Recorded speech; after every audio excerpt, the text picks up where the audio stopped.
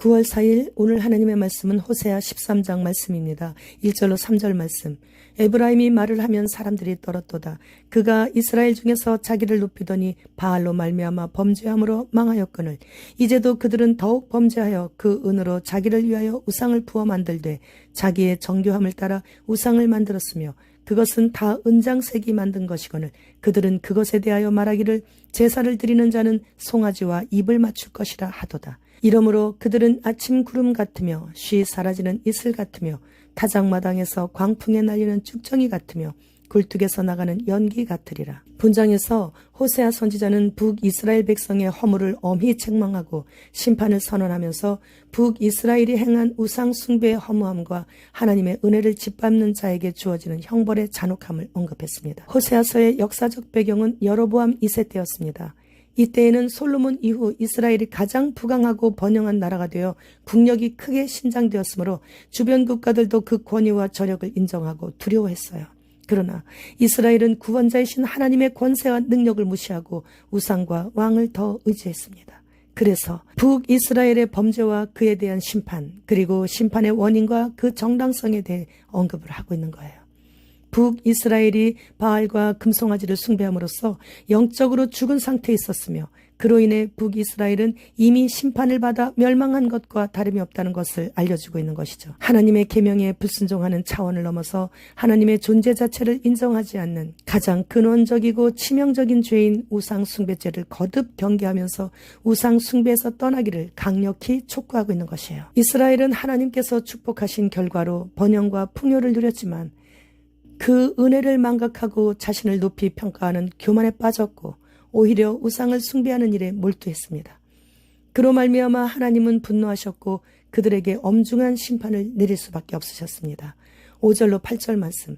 내가 광야 마른 땅에서 너를 알았거늘 그들이 먹여준 대로 배가 불렀고 배가 부르니 그들의 마음이 교만하여 이로 말미암아 나를 잊었느니라. 그러므로 내가 그들에게 사자 같고 길가에서 기다리는 표범 같으니라. 내가 새끼 잃은 곰같이 그들을 만나 그의 염통 껍풀을 찢고 거기서 암사자같이 그들을 삼키리라. 들짐승이 그들을 찢으리라. 배가 부르고 살만하고 전쟁도 없고 평안해지면 하나님께 가까이 나가 감사를 표해야 마땅한 것이죠. 그러나 언제나 그랬듯이 배부르고 등 따뜻하면 이상하게 내 마음이 이끄는 대로 움직이는 거예요. 이런 모습들이 대부분의 부자들의 모습이죠. 벌레보다도 더 못한 나를 사랑하시되 죽기까지 사랑해 주신 것을 전 세계 모든 인류가 다 알고 있는데 여러 가지로 사회생활하는데 불편하기도 하고 해서 무시하고 모른 체 하거나 예수님을 깍두기처럼 대우를 한다면 북이스라엘을 징계할 도구로 역사적으로 가장 난폭하고 용맹하고 포악하고 잔인한 아수르 군대를 들어 처참하게 멸망시키신 것처럼 심판의 주체이신 하나님께서 사자나 표범, 암사자, 새끼를 잃은 곰으로 자신을 비유하실 정도로 진노하심을 받게 되는 것이에요. 그러나 언제나 그러셨듯이 하나님께서는 이스라엘 백성이 범죄했을 때 심판을 내리셨지만 회개하여 하나님께로 돌이키는 자에게는 구원을 베풀어 주실 것을 약속을 하시고 계십니다. 그러나 이제 우리는 회개하여 돌이킬 시간이 없습니다.